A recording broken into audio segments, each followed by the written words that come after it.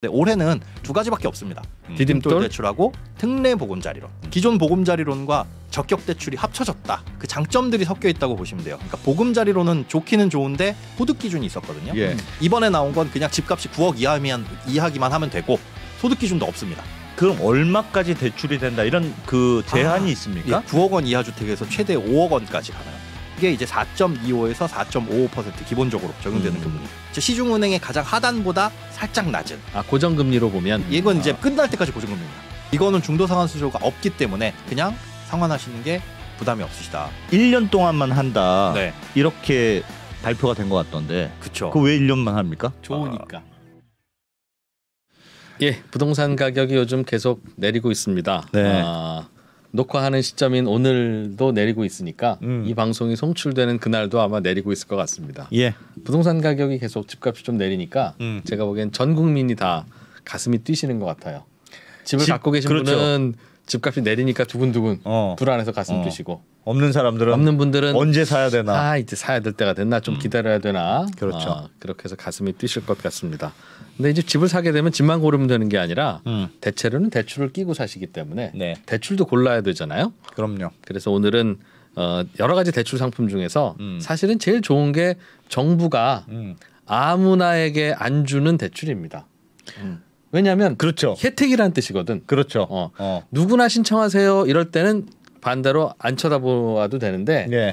요런 분만 됩니다라고 할 때는 요거는 좀 혜택이 있는 거구나 해서 항상 그렇죠. 우리가 관심을 가져야 되는데 그 중에서 가장 요즘 뜨거운 관심을 모으고 있는 게 특례 보금자리 론. 저 요즘 많이 들었습니다. 예. 관심들이 많으신 것 같습니다. 네. 오늘은 특례 보금자리 론이라는 대출 상품을 하나를 가지고 해부를 하는 야. 언더스탠딩이 아니면 감히 시도하지 못할 네. 그런 본격 대출 상품 해부 방송을 해보려고 하고요. 좋습니다. 네, 오늘 모실 분은 오랜만에 나오셨습니다. 행복자산관리연구소의 김현우 소장님. 예. 원래 출연료 안 높으면 안 나오시는 분인데. 저희가 몇 번 했다가 출연료 별로라고 안 나오시는 분이잖아요. 네. 그래서 안 나오신 지 꽤 됐는데 오늘은 어떻게? 저 주택금융공사에서 그 출연료 좀 맞춰드리기로 하고 그렇구나. 모셨습니다. 알겠습니다. 저희가 모시면 절대 만날 수 없는 그러나 항상 출연료만 조금 높이면 나와주시는 고마운 분입니다. 네. 예, 잠시 후에 행복자산관리연구소 김현우 소장과 함께 특례 보금자리 론에 대해서 자세하게 알아보겠습니다. 자, 예, 잠시 후에 만난다고 했는데 광고가 없어서 바로 만나보게 됩니다. 예. 행복자산관리연구소 김현우 소장님 어서 오십시오. 네, 안녕하세요. 네, 이번엔 좀 마음에 드셨던 모양입니다. 출연료 독이 오른 김현우입니다. 아니 그렇게 앞에서 깔아주시면 제가 야, 누가 들으면 뭐 1,000만 원 받는다. 여러 가지 이제 오해를 하실 분들이 많은데 조금 더 드렸습니다. 조금. 예. 많은 어쨌든. 과장과 왜곡이 있습니다. 갈 때와 같아요. 조금만 더 드리면 바로 넘어와.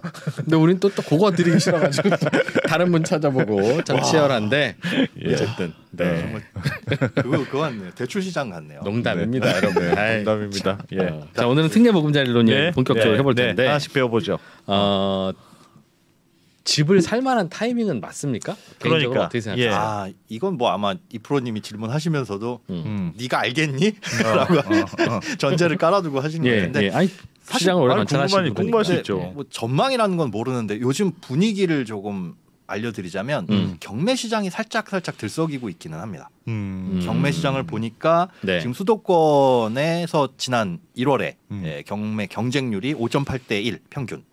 그리고 서울 같은 경우에 낙찰률이 44.6%까지 올라왔어요. 예. 그러니까 낙찰률이라는 건 100건의 경매 물건이 나오면은 그 중에 뭐 50개가 소화됐다. 반 정도는 주인 찾아간다는 거죠? 맞습니다. 그런데 이게 얼마나 떨어졌었냐면 지난 8월부터 쭉쭉쭉 떨어져가지고 뭐 17%, 14% 그러다가 12월 달에 잠깐 바짝 올라서 17.9%까지 올라왔는데 네. 1월에 급등을 한 거죠. 그러니까 경매 시장이 보통 이제 매매 시장을 선행한다고 하잖아요. 빨리 움직이죠. 예, 조금 빨리 움직입니다. 그러니까 이 정도면은 거의 바닥을 다진 거 아닌가? 그리고 경매 시장에서 유찰률도 한 2번까지는 유찰이 됩니다. 2번, 3번 정도까지 유찰되다 보니까 이 정도면은 괜찮은 가격 아닌가?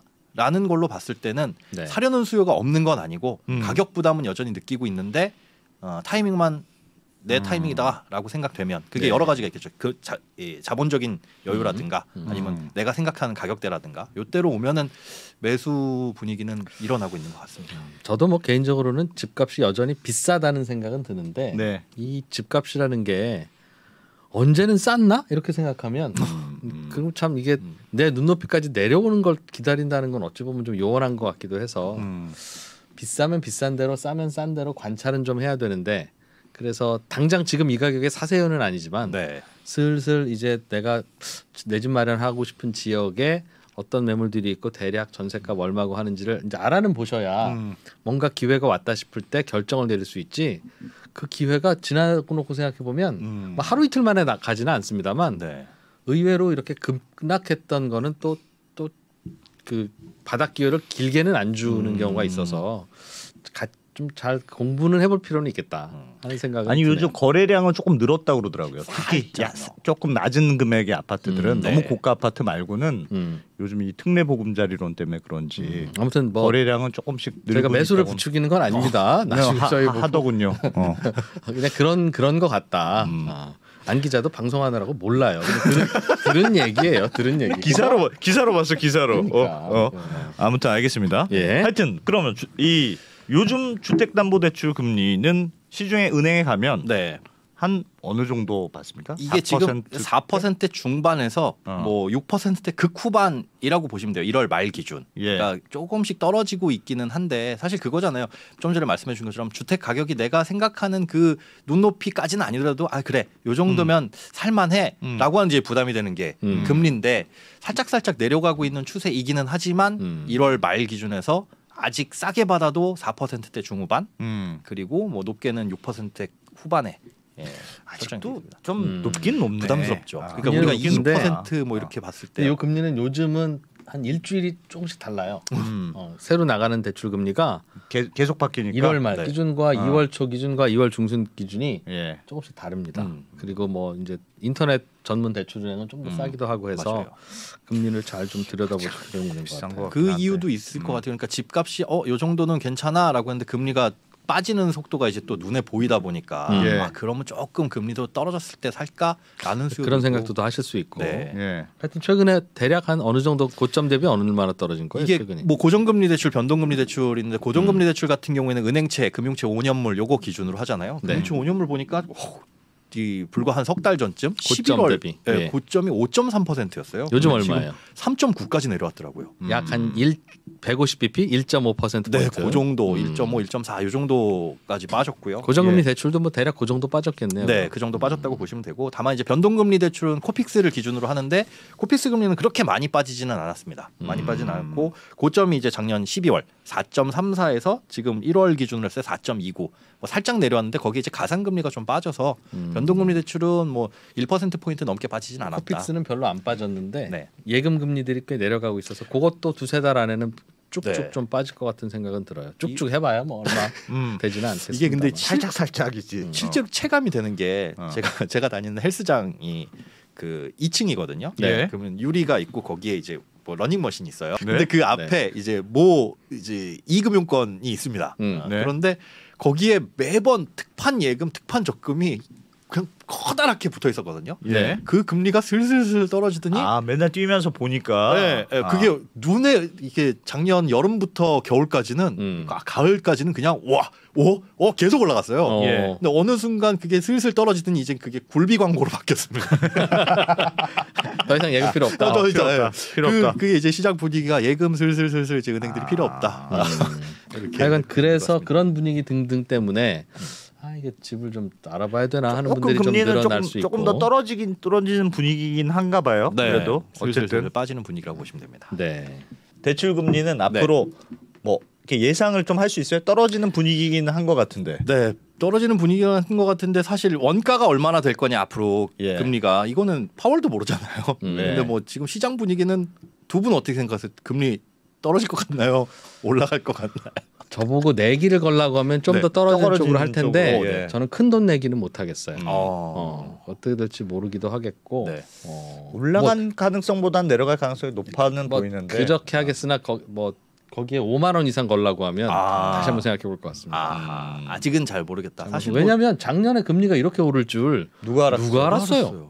파월도 몰랐다 그러잖아요. 그러니까 지금은 다시 이제 내려오는 분위기이긴 한데 그거 뭐 어떻게 될지는 잘은 모르겠습니다. 아무튼 오를 때도 원인을 뭐 봐야죠 뭐. 그러니까 원가가 어떻게 될지는 모르는 거고 그런데 여기에 붙이는 뭐 가상금리나 이런 것들은 뭐 정부에서 그렇게 은행들이 많이 붙이는 거 좀 안 좋게 보고 있으니까 네. 그래서 뭐 예대금리 차 공시도 하는 것이고. 네. 근데 결국은 이제 원가가 얼마나 오르고 내릴 거냐고 같은데 대출금리는 뭐 아무도 모를 것 같습니다. 요즘은 그러면 뭐 4%대 안팎 네. 내지는 그 정도까지는 시중에서도 잘 빌릴 수 발품하면 있는데. 빌릴 수 있다고 설명 주셨는데 네. 그거 말고 예전에 이런저런 조건을 갖춘 분께 특별하게 나라에서 빌려주는 뭐 네네. 디딤돌 등등 해서 그렇죠. 그런 정책 상품 금리는 어디까지 요즘 형성돼 있습니까? 디딤돌 대출이 가장 이제 까다롭거든요. 뭐 집값이라든가 소득 수준 이런 게 가장 까다로운 대출이 디딤돌 대출인데 그러다 보니까 만기별로 만기가 짧으면 금리가 낮고 만기가 길면 이제 금리가 조금씩 올라가는 구조인데 네. 2.15에서 연 3% 정도. 이게 이거 좀 디딤돌? 낮긴 디딤돌 낮네. 대출 낮죠. 이거는 작년 하반기에 금리 그렇게 치솟을 때도 계속 이 자리였어요? 여기에서 왔다 갔다 했습니다. 이야. 요 정도 수준이니까 이거는 굉장히 조건들이 막 있는 거죠. 많이 있어요. 그러니까 집값도 어느 정도 이하여야 되고 그런 것들이 있어서 사실상 받으실 수 있는 분들이 굉장히 제한되긴 하죠. 네. 그 다음이 이제 뭐 보금자리론이고 그다음에 뭐 적격 대출 이렇게 넘어가는데 올해는 두 가지밖에 없습니다. 디딤돌 대출하고 특례 보금자리론. 그러니까 기존 보금자리론과 적격 대출이 합쳐졌다. 네. 믹스돼 가지고 나온 건데 요게 이제 4.25에서 4.55% 기본적으로 적용되는 금리. 네. 4% 중반대가 그러면 이제 시중 은행의 대출 상품보다도 오히려 비싼 거 아니야? 하는 생각은 드는데. 약간 낮죠. 시중은행의 가장 하단보다 살짝 낮은. 아 고정금리로 보면. 네네네. 이건 이제 만기까지 고정금리. 아 이건 만기까지 언제까지 고정금리예요? 끝날 때까지 고정금리입니다. 그러니까 보통 일반 은행에서의 고정금리라는 상품들은 5년 5년만. 고정이고 예. 나중에 변동으로 바뀌잖아요. 예. 이건 지금 받으면 대출 만기 저 30년 상환으로 할래요? 그럼 30년 동안 고정인 거고 뭐 40년 할래요? 그럼 40년 고정인 거고 이런 식으로 끝까지 고정입니다. 그러면 그게 오늘 하여튼 주제가 특례 보금자리론인데 네. 그게 뭐 지난달 30일 나왔잖아요. 네네. 하여튼 뭐 요즘 굉장히 많이 받는다고 하던데 그럼 뭐 어떻게 하면 받을 수 있는 겁니까? 그럼? 일단은 이 특례 보금자리론 아마 관심 있으신 분들은 많이 찾아보셨을 텐데 예. 과거 좀 전에 말씀드린 것처럼 보금자리론과 적격대출을 합쳐놓은 상품이다라고 보시면 되고 그 장점들이 섞여 있다고 보시면 돼요. 그러니까 보금자리론은 좋기는 좋은데 주택 가격이 뭐 6억 이하여야 되고 그다음에 부부 합산 소득이 7천만 원 이하여야 되고 이런 소득 기준이 있었거든요. 예. 그리고 이번에 나온 건 이번에 나온 건 그냥 집값이 9억 이하기만 하면 되고 소득 기준도 없습니다. 내가 그냥 연봉이 1억이 넘다 뭐 두분 3억이 다, 넘다 예. 그래도 다 된다. 다 받으실 수 있으세요. 참 넘으면서 이런 질문을 하는데 괜찮아요. 안 기자님은 뭐 10년을 해도 괜찮아요. 걱정 마세요. 상상을 좀 해봅시다 우리가 상상력을 발휘해서. 아무튼 소득 요건은 없다. 네, 소득 기준은 없는데 이게 이제 한시적으로 운영된다라는 거. 그리고 네. 예산 한도가 이게 뭐 어떻게 될지는 모르겠어요. 지금은 약 40조 원 아래로 설정이 되어 있어서 그 안에서만 9억 대출이 원. 가능합니다. 그 한도 내에서만 네. 해주고. 9억 원이면 뭐 기준이에요? 공시 가격 기준입니까? 아니면 지난번 최근 거래가 기준입니까? 뭡니까? 좋은 질문이신데 KB 예. 시세가 1번 우선합니다. KB 시세. 네. 그 다음에 부동산원, 한국 부동산원이고 두 개가 다르면요. KB 시세가 무조건 우선. KB 시세가 9억 이하면 무조건 해주고.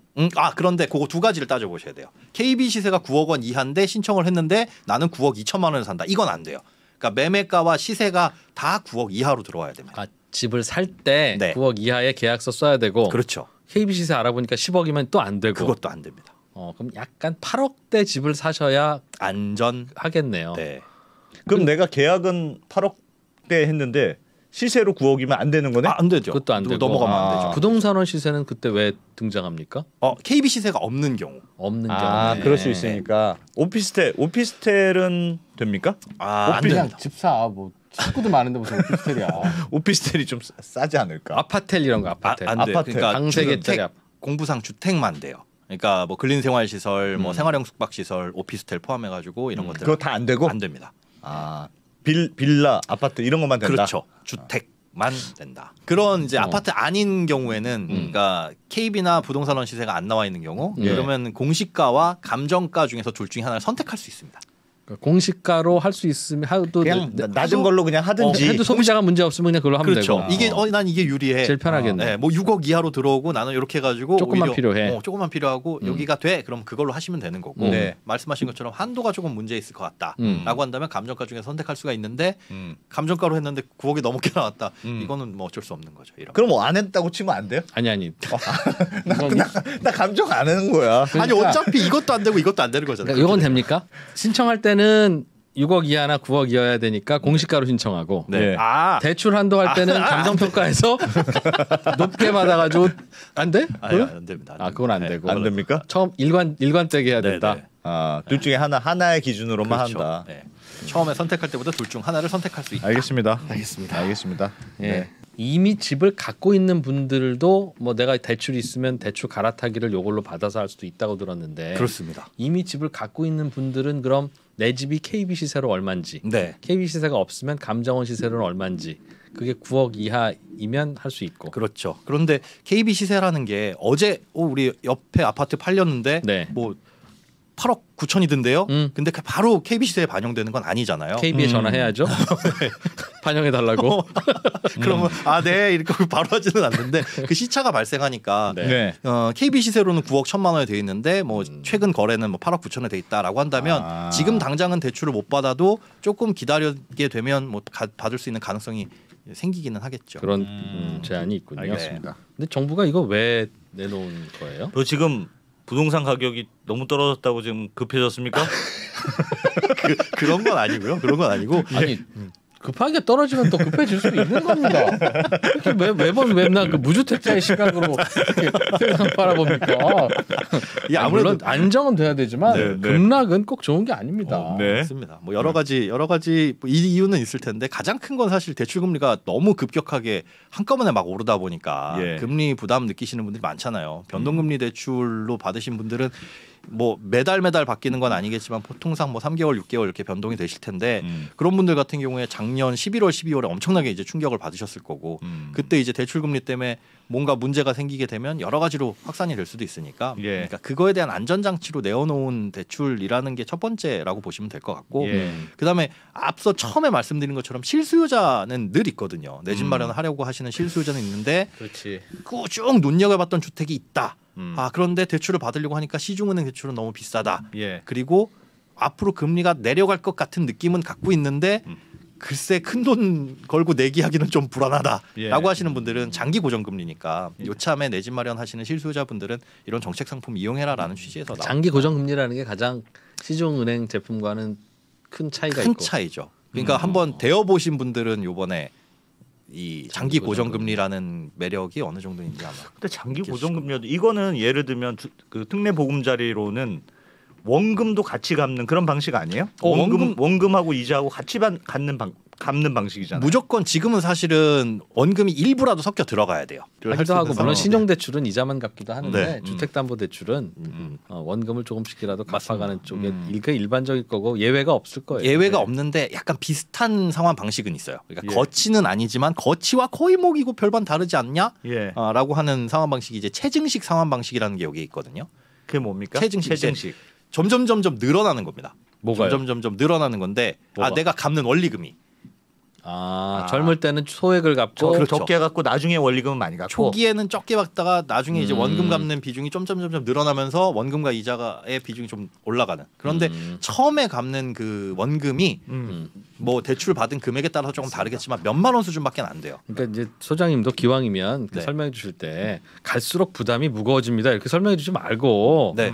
그 초기에는 수입이나 이런 게 좀 줄을 수 있으니 초기 부담을 가볍게 설계한 그런 변화를 주는 그런 대출 상품이다. 이렇게 설명해 주셔야 그리고 더 어렵지 않아요? 아니 그러면 내가 궁금한 게 반대로 하면 예를 들면 체증식이 있다는 거는 체감식도 있는데 체감식도 있다는 체감식도 거잖아요. 있습니다. 화면 네. 보시면서 설명을 드리자면 요게 이제 체증식입니다. 녹색이. 예. 처음에는 원리금을 조금 갚다가 조금 내다가 점점 원금이 늘어나면서 원금 부담이 늘어나면서 내가 갚는 매월 상환액이 늘어나는 거죠. 저게 103이면 103만 원입니까? 네. 103만 원, 뭐 5년 뒤에는 115만 원을 내게 되는 거고 이렇게 늘어나는 방식이 체증식. 다만 그런데 저게 30년 후에 175만 원이면 지금 103만 원과 돈 가치는 비슷하거나 뭐 더 떨어져 있을 수도 오히려 그럴 수도 있을 것 아니 같아요. 그러니까 제가 궁금한 건 반대로 처음에 170만 원 내다가 네. 뒤에 70만 원 내는 것보다 네. 최정식이 훨씬 유리할 것 같은데. 모두 다 최증식 하시면 되는데요. 예. 이렇게 좋은 거는 다 아무나 안 해줘. 아무나 안 해주죠. 여기 역시 아무나 안 해는 주는 게 좋은 거구나. 40세 미만만. 저런 조건이 있으면 무조건 해당되면 그냥 줄 서고 봐야 돼. 뭔지 몰라도 줄이 많이 서 있어. 이거.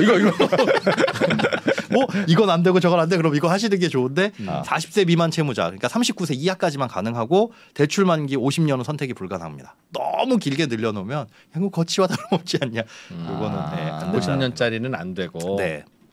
40세 넘은 사람은 그럼 똑같이 갚거나 오히려 체감식으로 해야 됩니까? 아니면 그냥 그쵸 원리금 균등 우리가 흔히 알고 있는 매달 갚는 게 나가는 게 똑같이 똑같은? 네. 아. 혹은 처음에 많이 근데 이걸 선택하시는 분들은 글쎄요 없을 것 같아요.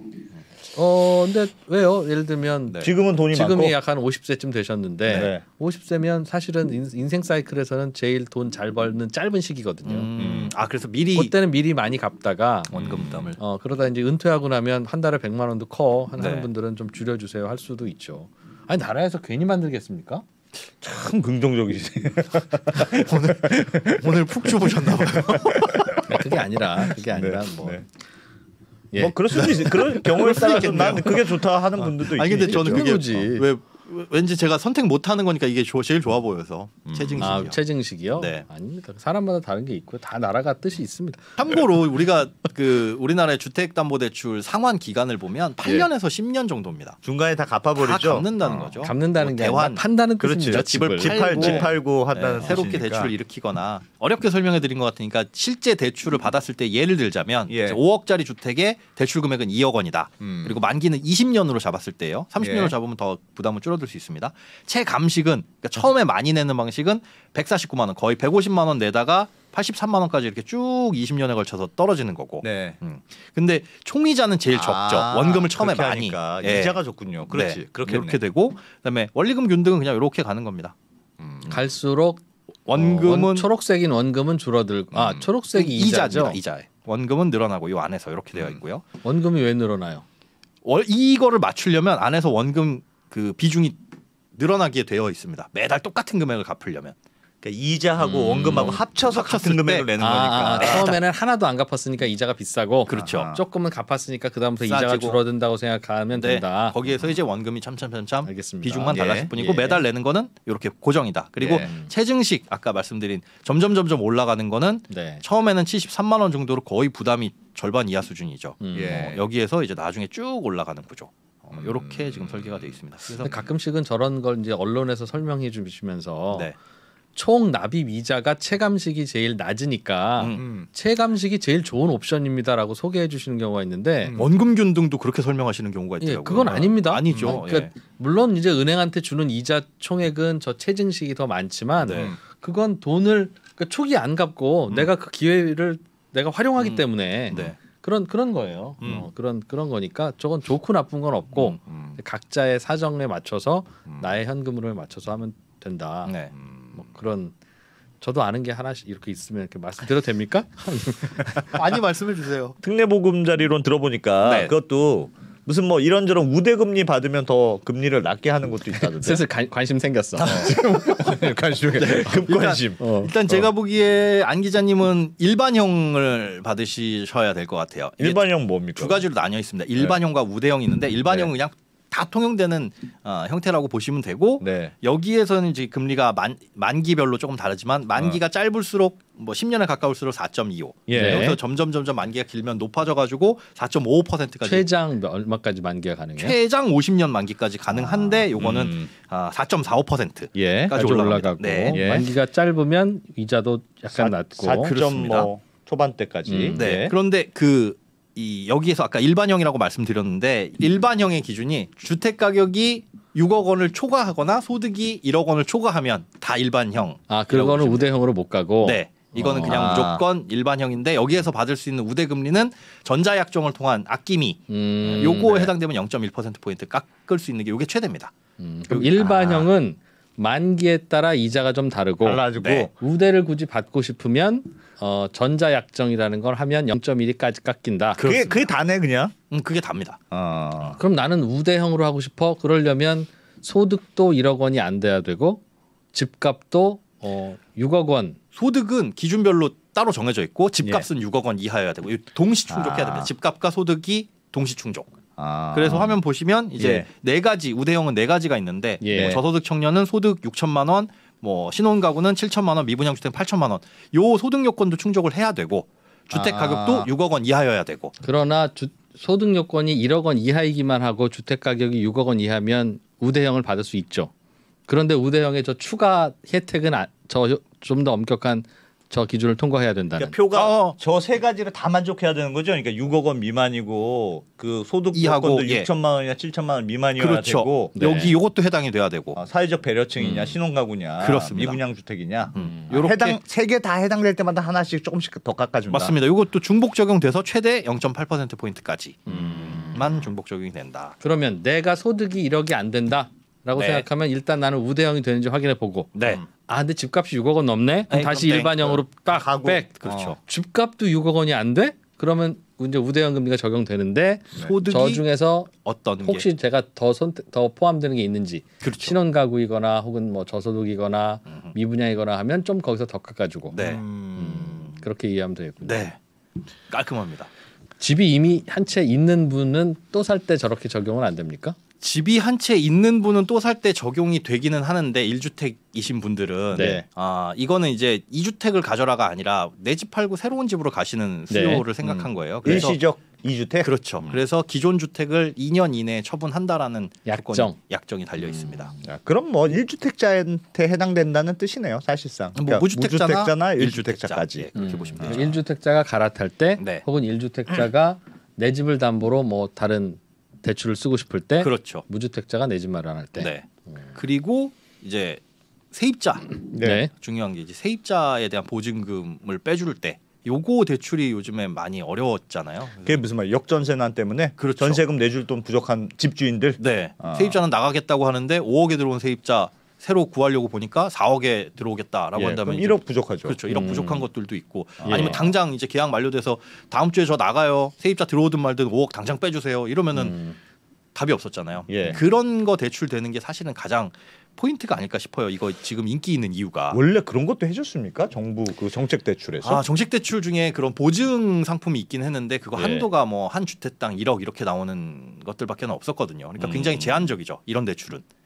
이런 대출은 제한적이고 그다음에 보통 그런 분들이 집이 한 채 있는데 내 집은 세 주고 나는 세 살고. 예. 근데 내가 세 사는 집에 대출이 없으면 상관없는데 이것도 전세자금 대출 풀로 땡겨가지고 끌어쓰고 있는데 여기는 뭐 한도가 안 나오거나 그런 경우도 있을 그럴 수 수도 있고. 있겠네요. 예, 예. 그래서 개인 그거에 따라서 다를 수도 있는데 저거는 6억 원 이하이거나 9억 원 이하의 집에 해당만 되면 네. 세입자분을 돌려드리기 위한 돈도 해준다. 해줍니다. 네, 이거 화면 보시면 간단한데 세입자가 나간대요. 기존의 세입자가. 그럼 돈 5억 빼줘야 되잖아요. 예. 전세가 5억에 계셨는데 5억에 네. 계셨는데 예. 그러면 이거 특례보금자리론 받아가지고 5억 그대로 빼주시면 되고 그래서 5억에 새로 임차인을 구하는데 안 구해지니까 문제잖아요.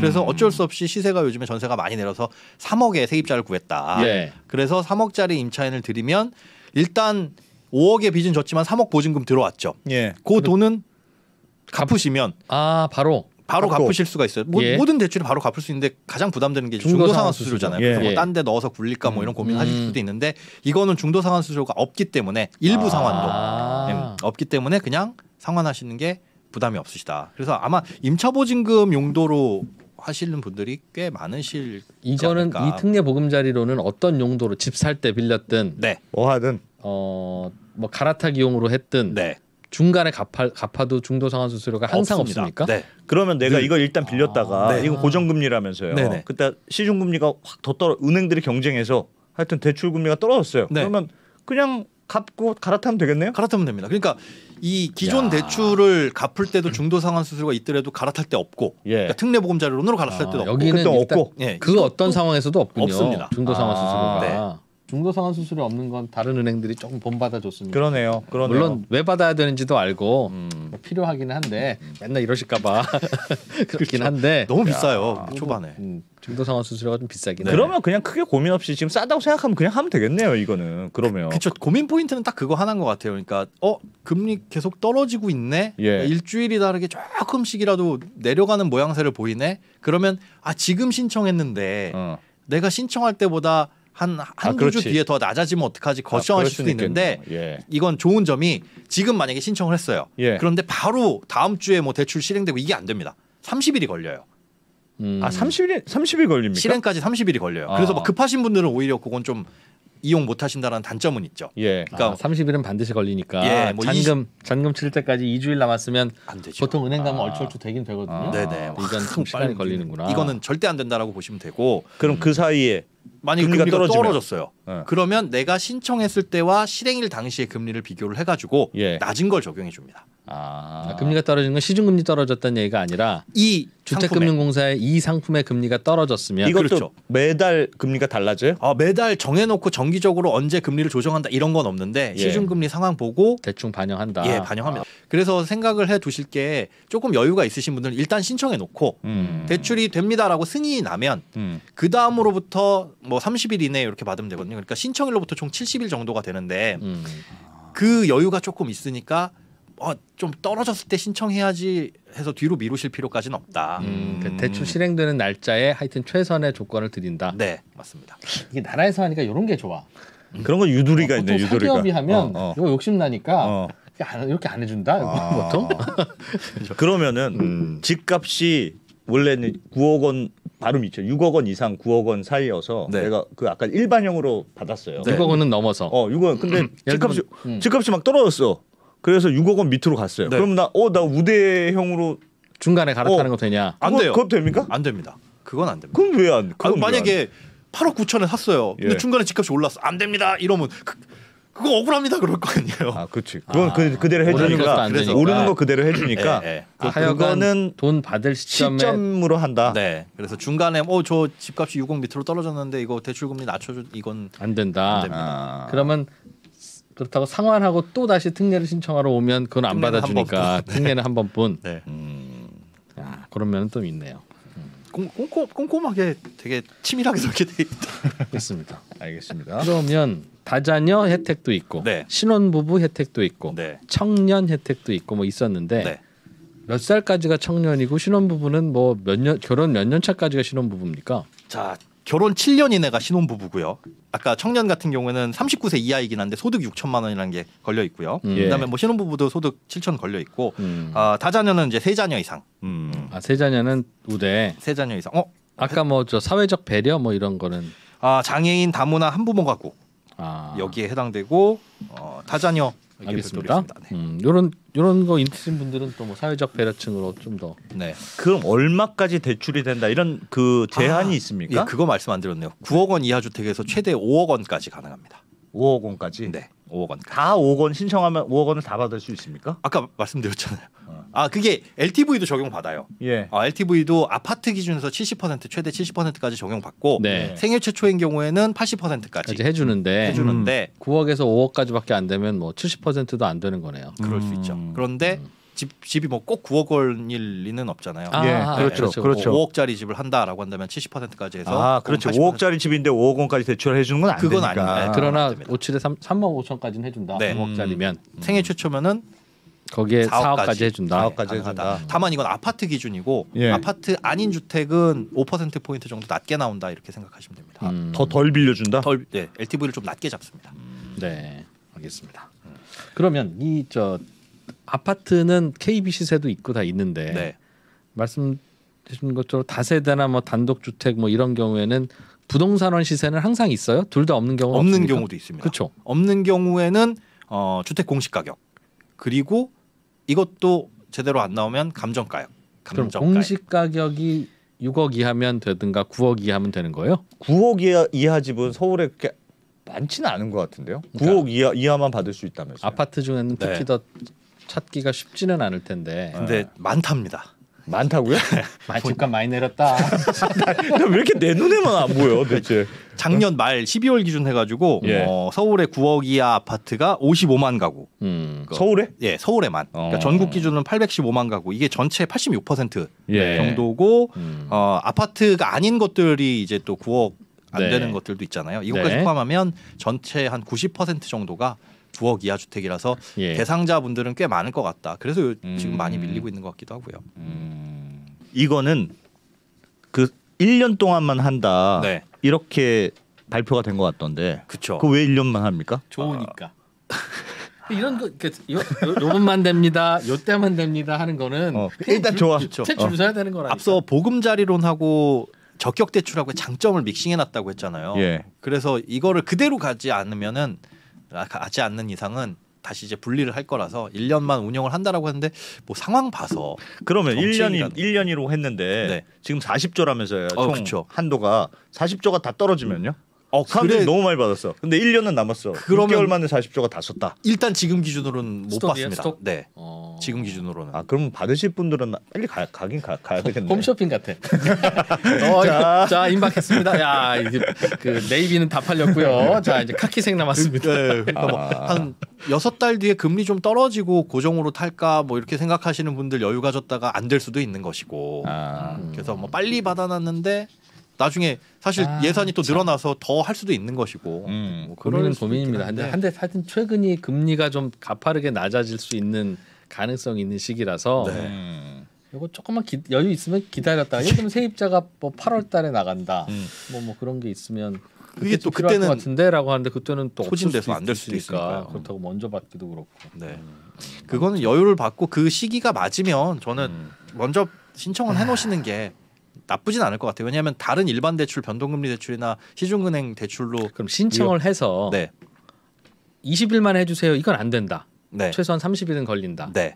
근데 신청을 해놓고 네. 저는 140일 이후에 받겠습니다. 그건 안 됩니다. 신청일로부터 70일까지만.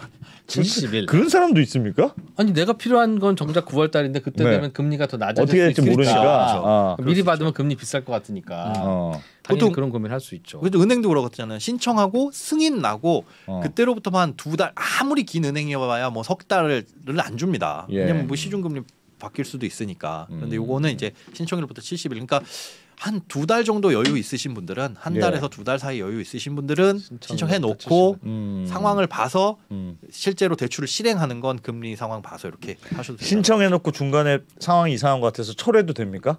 그만둬도 되죠. 대출 받은 게 아니고. 그래서 재신청? 그러면 카드 쓴 겁니까 안 쓴 겁니까? 그건 안 쓴 거지. 아주 귀찮게 좀 하지 마요. 지금 돈 많이 몰려서 좀 은행 찾는 정신 없대잖아요. 그럴 수도 있잖아요. 마음이 바뀌어서 내 신청했는데 중간에 드롭했어. 근데 신청을 은행이 받죠. 어디서 신청합니까? 이거 온라인으로 하시는 게 좋습니다. 그러니까 PC는 주택금융공사 홈페이지. 그래 주택금융공사가 다 한다니까요. 아니면 스마트 주택금융 어플. 이것도 주택금융공사. 예. 이 어플로 들어가셔서 하시는 게 좋고요. 요걸로 해야지만 그 우대금리 받을 수 네, 있다는 거. 아낌 2 그래가지고 0.1% 포인트 깎을 수 있고. 예. 나는 정말 스마트폰 못 쓰고 우리 집 인터넷 안 되고 난 얼굴 보고 있는 게 좋다 하면 예. SC제일은행 창구 가셔가지고 하셔도 되는데 그러면 그 우대금리 못 받으시죠. SC제일은행만 네. 오프라인은 맞습니다. 그러면 은행 갈 일은 없어요? 거기서 신청하고 나면 은행 갈 일은 없습니다. 그러면 뭐 통장으로 보내줍니까? 다 서류 제출이고 뭐고 이건 다 온라인으로 이루어집니다. 서류를 온라인 네. 그 서류 떼오라는 거 많던데 종이로 맞아요. 인감증명도 떼오고 그걸 어떻게 온라인으로 보내지? 이게 복잡해서 주택금융공사 홈페이지 가시면 한 20분 넘는 동영상으로 그걸 설명을 하고 있습니다. 어떻게 신청하는지. 요거 설명하는 법. 네, PC에 들어가셔가지고 만약에 부부시면은 공동 인증서가 둘 다 필요해요. 예. 그래서 그걸로 다 등록을 하면 뭐 떼어야 될 서류들 있잖아요. 우리가 주민센터 가서 떼어야 될 서류나 이런 것들을 그 행정기관에 들어가서 얘네들이 긁어옵니다. 자기들이 긁어 온다고요? 다 긁어와요. 동의만 그렇죠. 하면 네. 그 옛날에도 할 수 있었던 건데 이렇게 그래. 다 떼오라고. 그게 진짜 자신 없는 분들은 그냥 그 SC제일은행으로 가면 네, 되고. 그래서 이제 동영상이 제가 있는데 20분이 넘는다 그랬잖아요. 예. 그 정도로 사실은 이게 해보신 분들 이런 거에 능숙하신 분들이 아니면 예. 영상 중간중간 멈춰놓고 하실 정도로 그렇긴 한데 그렇긴 한데 가능은 다 하다. 온라인으로 다 불편하고 그러진 보낸다. 않습니다. 네. 그러면 안 가도 된다. 안 가도 됩니다. 그냥 온라인으로 다 해결된다. 네. 지금 거의 안 기자는 이제 신청할 각이야 바로. 네. 근데 이제 집만 고르면 돼. 현실적으로는 제가 앱으로만 진행된다고 하니까 걱정이 하나 되는데 네. 보통 이제 대출 신청을 해서 대출이 잘 나오면 아무 문제가 없는데 중간에 어떤 이유든지 대출이 안 나올 수 있거든요. 내가 혹시 뭐 요건을 잘못 생각했다든가 뭐 집값이 뭐 9억 이상 이하인 줄 알았던데 이상이라든가 네. 그러면 막연하게 믿고 기다리고 있으면 잔금날 대출 안 나오잖아요. 그럴 수 있죠. 근데 중간에 대출이 잘 진행되고 있고 확실하게 확정됐는지 아닌지를 어떻게 알 수 있습니까? 일단은 문자로 보내줍니까? 문제가 생기면 문자나 전화 연락을 드리고요. 예. 잘못됐다, 뭐 서류가 부족하다, 뭐 이런 것들은 연락을 드리고 문제 안 생겼어도 알려줘야 잔물자지. 그건 주택금융공사 홈페이지나 아까 그 스마트 주택금융 앱 네. 여기에 들어가시면 내 진행 상황을 볼 수가 있습니다. 요. 와. 아, 주택금융공사가 친절해졌네. 주택금융공사는 훌륭한 곳입니다. 야 네. 그런 서비스도 해줘. 이렇게 좋은 채널에 협찬도 해. 뭐 뭘 더 바랍니까? 감사합니다. 그렇다. 네. 알겠습니다. 야 이것도 간단한 대출 상품 하나인 줄 알았더니 배울 게 많네요. 되게 디테일이 있네요. 잘 그리고- 따져볼 것도 있고. 그리고 김현우 소장님은 역시 모르는 게 없다. 사람도 좋고 다 좋은데 네. 출연료가 비싼 게 문제다. 라는 걸 오늘 다시 한번 확인할 수 있었던 그런 예. 김현우 소장이 시간이었습니다. 아니면 누가 설명해 주겠습니까? 이런 복잡한 거 설명하는 데는 네. 김현우님이 최고인데. 그렇죠. 자 출연료를 자꾸 달라고 그러셔가지고. 자 궁금하신 것들이 많이 있을 텐데요. 그거는 자 특례보금자리로 검색창에 검색하시거나 여기 콜센터에 문의하시면 됩니다. 네. 알겠습니다. 이렇게 자세하게 특례보금자리론에 대해서 콜센터 번호까지 알려드리는 걸로 봐서 네. 이거는 일반적인 방송이 아니라 협찬이다. 네. 이것도 다시 한번 느끼실 수 있죠, 네. 시청자 뭐, 여러분. 그렇지만 어쨌든 뭐 특례보금자리론 요즘 관심 있는 분들이 많으니까 네. 뭐 자세히 알아볼 필요는 있었던 것 같습니다. 네. 받을 수 있다면 뭐 저라도 저도 관심 많이 생겼습니다. 집만 고르면 되지. 근데 용산구에서는 정말 쉽지는 않을 것 같습니다. 서울에 많지는 않을 것 같긴 한데. 네. 알겠습니다. 자, 김현우 소장님 오늘 오랜만에 오셔서 좋은 설명 해주시니까 참 옛날에 그냥 출연료 조금만 받고 나오셔서 그렇죠. 재밌는 설명해 주실 그때가 자꾸 떠오르고 그립고 그러네요. 고맙습니다. 고맙습니다. 고맙습니다. 네. 저희는 여기서 마무리하고요. 또 뭐 다른 좋은 건 있으면 또 김현우 소장님 모셔서 예. 재밌는 얘기 들어보겠습니다. 고맙습니다.